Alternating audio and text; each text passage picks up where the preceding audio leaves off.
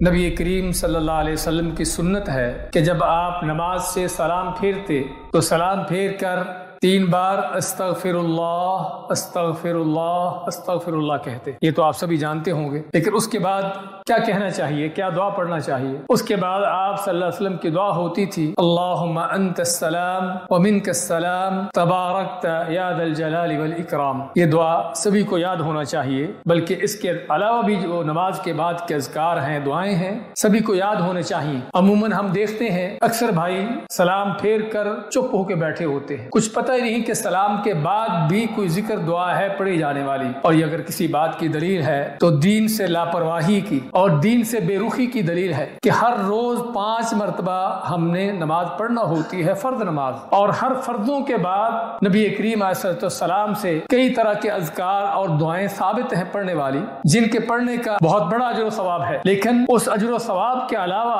انسان کے لیے کیا دنیا آخرت کے فائدے ہیں، ان چیزوں کے پڑھنے سے انسان کو کیا حاصل ہوتا ہے، ہمیں اگر پتہ چل جائے تو چاہے ہم ان چیزوں کو کہیں سے جا کر سیکھنا پڑے تب بھی ہم ان چیزوں کو سیکھنے کی کوشش کریں کہ اتنی بڑی بات ہے، اتنی بڑی عظیم چیز ہے اور ہم کو پتہ ہی نہیں. اسی طرح یہ تسبیحات پڑھنے کے بعد تینوں قل پڑھنا، سورۃ اخلاص، سورۃ الفلق، سورۃ الناس، یہ تینوں سورتیں پڑھنا ہر فرض نماز کے بعد، اور آیت الکرسی پڑھنا. آیت الکرسی بھی شاید بہت سے بھائیوں کو نہ آتی ہو، حالانکہ ایک آیت ہے، قرآن کی سب سے عظیم آیت ہے کہ جو اللہ کے عرش کے خزانوں سے اور خصوصی طور پر نبی کریم صلی اللہ علیہ وسلم کو دی گئی. اس کے پڑھنے کا فائدہ کیا ہے؟ آپ مانتے ہیں کہ جو آدمی ہر فرض نماز کے بعد آیت الکرسی پڑھتا ہے اس کے اور جنت میں داخلے میں صرف اس کی موت کی رکاوٹ ہے، کہ صرف موت ہے کہ جو اس کو جنت میں جانے سے روکے ہوئے ہے. ادھر موت آئی اور مرنے کے بعد سیدھا جنت. کیوں، کس لیے؟ ہاں، یہ اسی کے لیے انعامات ہیں بھائیوں کہ جو 5 نمازیں بھی پڑھتا ہے، جماعت کے ساتھ پڑھنے کی کوشش کرتا ہے اور ہر فرض نماز کے بعد آیت الکرسی پڑھ لیتا ہے. اس کے علاوہ یہ بھی کہ جنت میں جانے کا سیدھا راستہ ہے. اسی طرح کے اور بھی اذکار کہ جن کے نمازوں کے بعد پڑھنے سے اللہ تعالیٰ کی حفاظت بھی ملتی ہے بندے کو. یہ تینوں قل جو ہم نے بتائے ہیں، ان کے اندر اللہ نے کیا کیا انسان کی سلامتی کی، اس کی حفاظت کی چیزیں رکھی ہیں. نبی کریم صلی اللہ علیہ وسلم کے پاس غریب صحابہ آتے ہیں جو غریب فقیر لوگ تھے، آ کے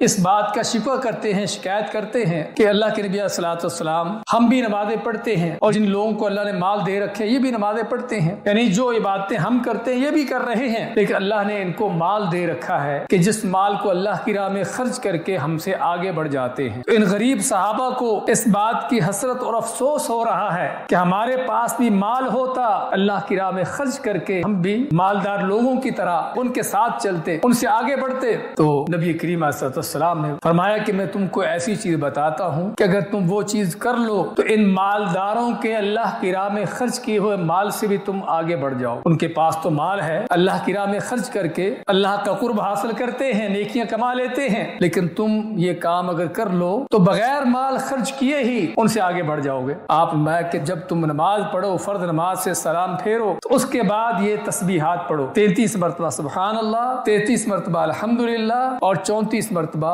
اللہ اکبر. کتنا ہو جائے گا؟ 100 ہو جائے گا. 100 کی تعداد پوری ہو جائے گی. تو آپ نے فرمایا کہ اگر تم یہ کام کر لو ہر فرض نماز کے بعد تو مالدار لوگوں کے جو اللہ کی راہ میں خرچ کیے ہوئے مال ہے اس سے بھی زیادہ تم کو اجر مل جائے. اور ایک دوسری حدیث میں اسی ذکر کا ایک اور طریقہ بھی ہے، اس طرح سے بھی کر سکتے ہیں کہ تینوں اذکار سبحان اللہ، الحمدللہ، اللہ اکبر 33 مرتبہ کہیں اور آخر میں کیا کہیں؟ لا الہ الا اللہ وحدہ لا شریک لہ لہ الملک ولہ الحمد وہو علی کل شیء قدیر. آخر میں یہ پڑھ لو تو کیا ملے گا؟ آپ مانتے ہیں کہ کسی کے سمندر کی جھاگ کے برابر بھی گناہ ہوں، اتنے زیادہ بھی گناہ ہوں، اللہ ان کو بھی معاف کر دیتا ہے. اسی چیز سے بھائیوں ہم کو اندازہ ہو جانا چاہیے کہ جن بھائیوں کو یہ اذکار معلوم ہی نہیں ہے یا معلوم تو ہے کرتے نہیں ہیں، کتنی بڑی خیر سے اپنے آپ کو محروم رکھے ہوئے. ورنہ یہ چیزیں اگر ممبروں پر، خطبوں میں، درسوں میں، جمعوں میں بتائی جائیں تو ایک مسلمان جو پیدا ہی مسلمانوں کے گھر میں ہوا ہے 30 40 سال 50 سال اس طرح کی باتیں سنتا رہے تو کیا اس کو پتہ نہ چلے؟ لیکن پتہ ہی نہیں ہے بھائیوں. اتنے عظیم اذکار، اتنے ان کے فائدے دنیا آخرت کے، اور ہمیں ان کا پتہ بھی نہ ہو. تو ضرورت ہے بھائیوں آج سے ہی ان اذکار کو شروع کر دینے کی. کی. جس کو نہیں آتے میں سمجھتا ہوں کہ صرف 2 دن 3 دن ان اذکار کو چاہے کتاب سے دیکھ کر پڑھنا شروع کر دے، چوتھے دن اس کو کتاب کی ضرورت نہیں ہوگی، یاد ہو چکے ہوں گے. آسان سے ہیں بالکل، صرف ضرورت ہے توجہ دینے کی، سیکھنے کی، پڑھنے کی، اور جس کے اتنے بڑے فائدے ہیں، اتنے بڑے اس کے اجر و ثواب ہیں. اور یہ اللہ کے نبی صلی اللہ علیہ وسلم کی سب سے پہلے آپ صلی اللہ علیہ وسلم کی سنت ہے. آپ نماز پڑھ کے کبھی خاموش نہیں بیٹھے تھے، نماز پڑھ کے ہمیشہ